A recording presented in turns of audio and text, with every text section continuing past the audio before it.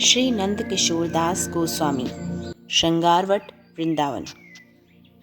बंग देश के बांकुड़ा जिले के पुरुनिया पाट के श्री रसिकानंद प्रभु के कनिष्ठ पुत्र श्री नंद किशोर दास गोस्वामी श्री श्रीमन नित्यानंद प्रभु की 7वीं पीढ़ी में थे। वे शैशव से ही विषय विरक्त थे। नित्यानंद संतान होने के कारण वैष्णव शिष्टाचार के अनुसार वैष्णव मात्र के पूज्य थे। छोटे बड़े, गृहस्थ और त्यागी सब उस दृष्टि से उनका आदर करते थे, पर यह उनके त्रणादपि सुनिचेन भाव का बिल्कुल प्रतिकूल था। इससे उन्हें हार्दिक कष्ट होता था। उनकी प्रबल इच्छा थी भगवत कृपालब्ध किसी विशिष्ट वैष्णव के आनुगत्य में भजन शिक्षा ग्रहण करने की। यह भी नित्यानंद प्रभु के वंशज होने के कारण उनके लिए संभव नहीं था। जो भी स्वयं वैष्णवों के पूज्य थे और स्वयं आचार्य स्वरूप थे, उन्हें कोई वैष्णव अपने अनुगत मानकर भजन शिक्षा कैसे देता। इसलिए वे चुपचाप घर छोड़कर वृंदावन चले गए। उस समय गौड़ीय वैष्णव समाज के मुकुटमणि श्री विश्वनाथ चक्रवर्ती पाद वृंदावन में रहते थे। उनसे उन्होंने बिना अपने स्वरूप का परिचय दिए भजन शिक्षा देने और शास्त्राध्ययन कराने की प्रार्थना की। विश्वनाथ चक्रवर्ती पाद के उनसे प्रार्थना स्वीकार कर ली। कुछ दिन वे उनके अनुगत्य में भजन और शास्त्र अध्ययन करते रहे। किसी ने न जाना कि वे नित्यानंद संतान हैं, पर उनकी माँ उनके बिना किसी से कहे घर छोड़कर चले जाने के कारण बहुत दुखी थी। उन्होंने उन्हें खोजने के लिए कई वैष्णवों को इधर उधर भेज रखा था। उनमें से एक उन्हें खोजते खोजते वृंदावन में चक्रवर्ती पाद के पास जा पहुँचे। चक्रवर्ती पाद को उन्होंने उनके स्वरूप का परिचय देते हुए उनकी माँ की दारुण व्यथा का वर्णन किया और घर लौटकर उनकी इच्छा अनुसार विवाह करने की आज्ञा का अनुरोध किया। चक्रवर्ती पाद परम पूज्य माँ गोस्वामिनी की इच्छा की अवहेलना कैसे करते। उन्होंने नंद किशोर गोस्वामी से कहा, आपने मुझे अपना शिक्षा गुरु के रूप में अंगीकार किया है। यदि मैं आपसे कुछ गुरु दक्षिणा मांगूं तो देंगे? क्यों नहीं, आप आज्ञा करें। नंद किशोर जी ने तुरंत कहा, मेरी गुरु दक्षिणा के रूप में आप अब माँ की आज्ञा अनुसार घर लौट जाएं और विवाह करें। नंद किशोर जी घर लौट आए, विवाह किया और एक पुत्र को जन्म दिया। उसके पश्चात वे फिर गृह त्याग कर वृंदावन चले गए। अपने साथ संवत 1815 की बादशाही सनत के साथ श्री श्री निताई गौरांग विग्रह ले गए, जिनकी आज भी श्रृंगारवट में विधिवत सेवा पूजा चल रही है। उनका अलौकिक प्रभाव देखकर जोधपुर के तत्कालीन राजा ने उन्हें बहुत सी भू संपत्ति प्रदान करी, जिसका उनके वंशज निताई गौरांग की सेवा में उपयोग हो रहा है। श्रीपाद नंद किशोर जी के पास बोंधु नाम का एक ब्रजवासी बालक रहता था, जो उसकी गायों की देखभाल करता था। लोग उसे बोंधु इसलिए कहते थे कि उसे छल कपट और चतुराई छूकर भी नहीं गए थे। उससे यदि उपहास में कोई कुछ झूठ भी कह देता तो उसे मान लेता। शंका करना तो उसे आता ही न था। वह नित्य बाल भोग प्रसाद पाकर श्रीपाद की गायें चराने जमुना पार भांडीर वन में जाया करता।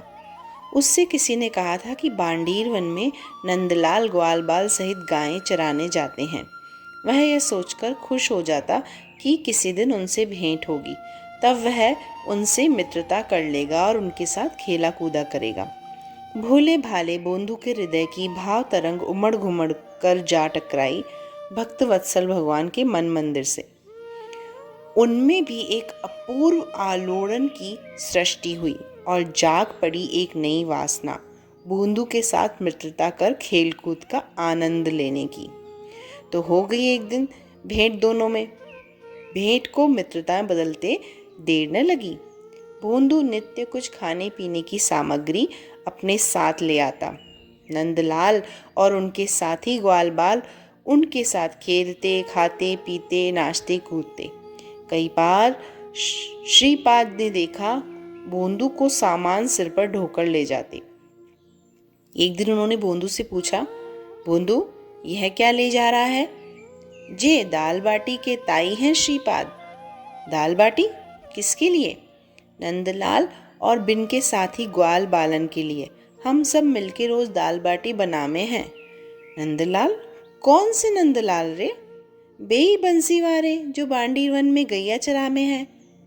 बंसीवारे बांडीर वन में गैया चरावे हैं? अच्छा, बता तो उनका मुखारविंद और वेशभूषा कैसी है? वे बड़े मलूक हैं, सिर पे मोर मुकुट धारण करे हैं, कानन में कुंडल, गले में बनमाल धारण करे हैं और पीले रंग को ओढ़ना ओढ़े हैं। सच वे बड़े मलूक लगे हैं। श्रीपाद आश्चर्यचकित नेत्रों से भोंदू की ओर देखते रह गए। उन्हें उसकी बात पर विश्वास ही नहीं हो रहा था, पर वे विचार किए बिना रह भी नहीं सके, क्योंकि वे जानते थे भोंदू झूठ नहीं बोलता। उन्होंने कहा, अच्छा भोंदू, एक दिन नंदलाल और उनके साथियों को यहाँ ले आना। उनसे कहना श्रीपाद के यहाँ आपका दाल बाटी का निमंत्रण है। वे आ जाएंगे ना? आमेंगे क्यों नहीं, मैं बिनको ले आऊंगो, भोंदू ने खुश होकर कहा। उस दिन भांडीरवन जाते भोंदू सोच रहा था, आज नंदलाल से श्रीपाद के निमंत्रण की कहूँगा तो वह कितना खुश होगा। पर जब उसने उनसे निमंत्रण की बात करी तो वे बोले, हम काऊ को नौतो वौतो नाए खामे। भोंदू का चेहरा सुस्त पड़ गया।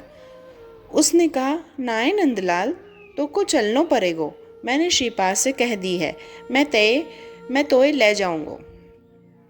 नाए, हम नाए जाएं, हमको श्रीपाद सो कहा करनो। नंदलाल ने गर्दन हिलाकर मुंह बिचकाते हुए कहा। भोंदू रोष करना ही नहीं जानता था, पर उस समय उसे रोष आ गया। उसने नंदलाल से कुछ नहीं कहा, पर वह अपनी गैयों को अलग कर कहीं अन्यंत्र जाने लगा, जैसे वह नंदलाल से कह रहा हो, तुझे श्रीपाद से कुछ नहीं करना तो मुझे भी तुझसे कुछ नहीं करना, बस हो चुकी मेरी तेरी मैत्री। वह थोड़ी दूर ही जा पाया था कि नंदलाल ने पुकारा, भोंदू, ओ भोंदू, नेक सुन जरा। भोंदू क्या अब सुनने वाला था? वह और भी तेजी से गैयों को हाँकने लगा। भोंदू सुनने वाला नहीं था तो भगवान भी उसका पीछा कब छोड़ने वाले थे। वे भागे उसके पीछे पीछे। वाह रे ब्रज के भगवान, तुम्हें भगवान कहते भी वाणी लग जाती है।